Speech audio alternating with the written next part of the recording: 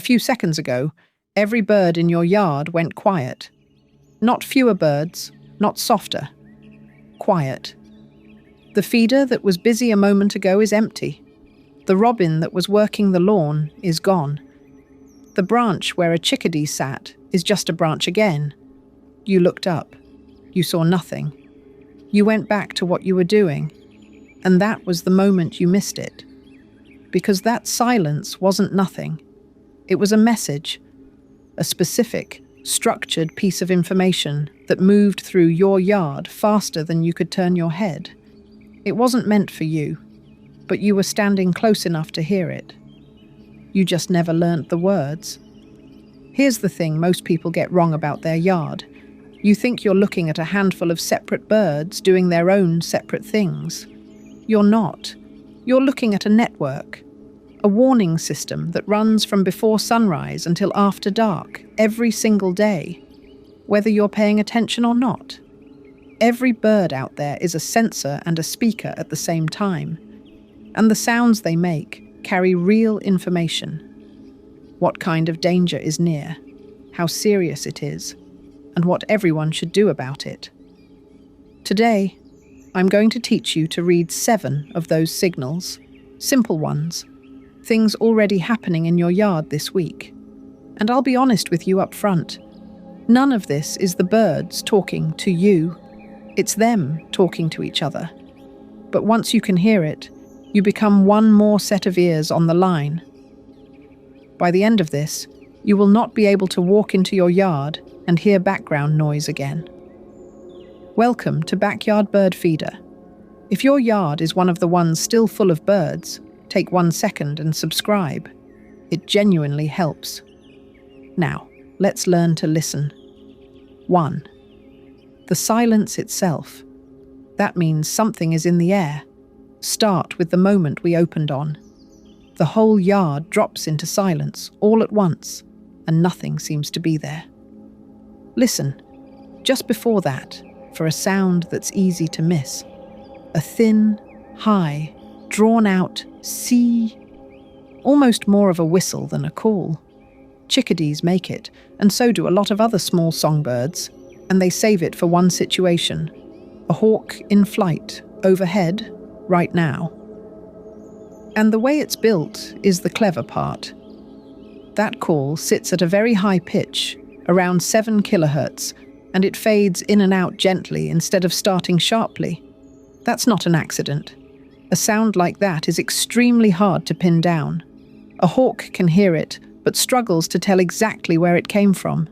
So the bird gets to warn the whole neighborhood while giving away as little as possible about its own perch. And the message inside that see is simple. Freeze. Don't move. Don't be the one thing that twitches. That's why your yard goes still in a single breath. They're not gone. They're holding their breath. And so should you. 2. The chickadee is counting, and it's naming the threat. Now the famous one. The little chick-a-dee-dee-dee. You've heard it 10,000 times, and probably never realized it was doing math.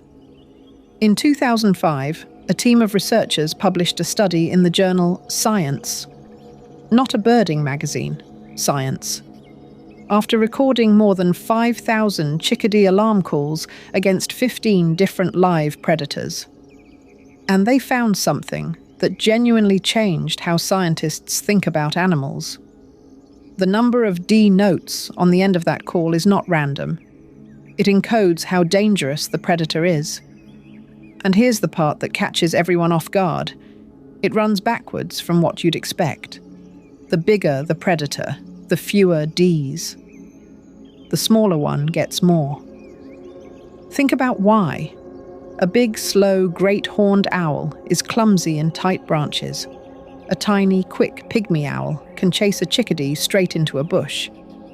To a small bird, fast and nimble is far more lethal than big and slow.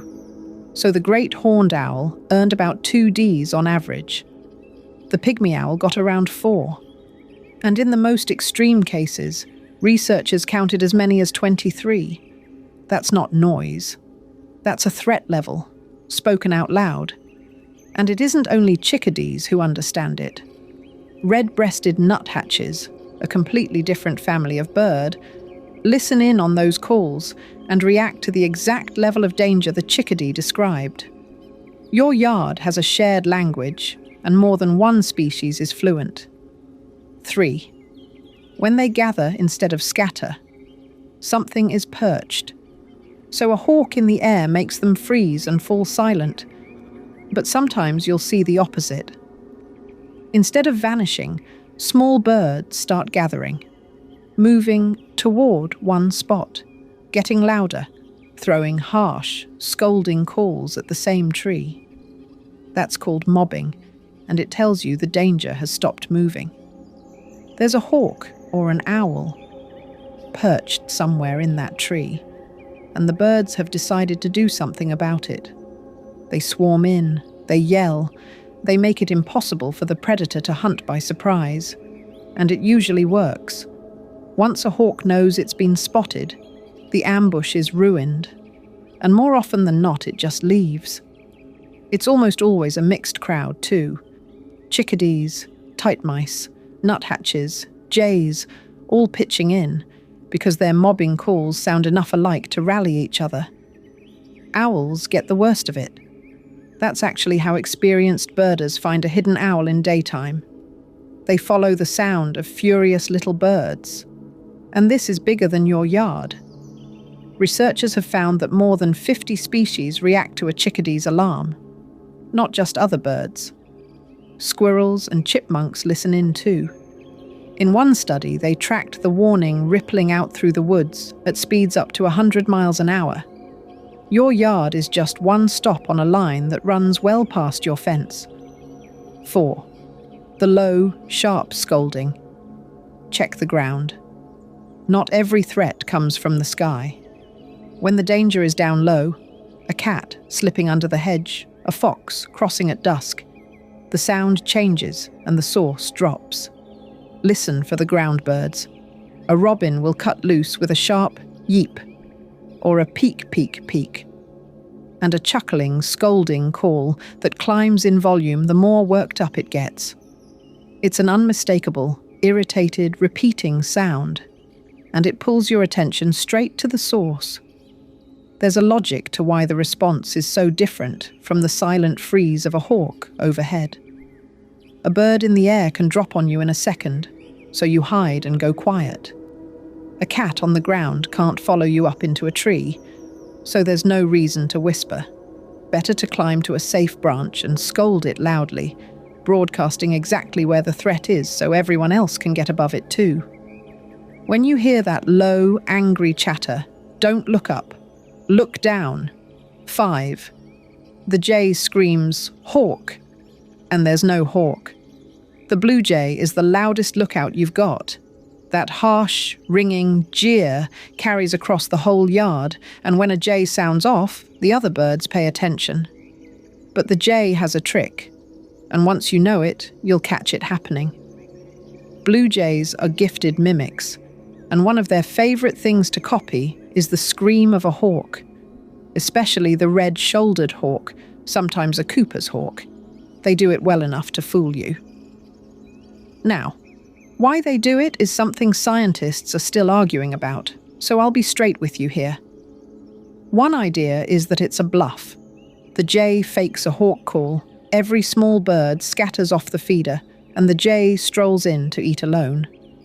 Another is that it's a genuine warning when a real hawk is around. Both might be true at different times. But watch for the tell. The feeder suddenly clears, you scan the sky, there's nothing there at all. And one very pleased-looking jay lands on the empty perch. You may have been watching a bluff work for years without knowing what you were seeing. 6. The voices overhead at night, the network never sleeps.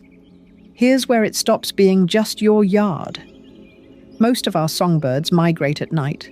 They lift off after dark, fly through the night, and come down near dawn, flying in the cool, calm air, away from daytime hawks, steering by the stars.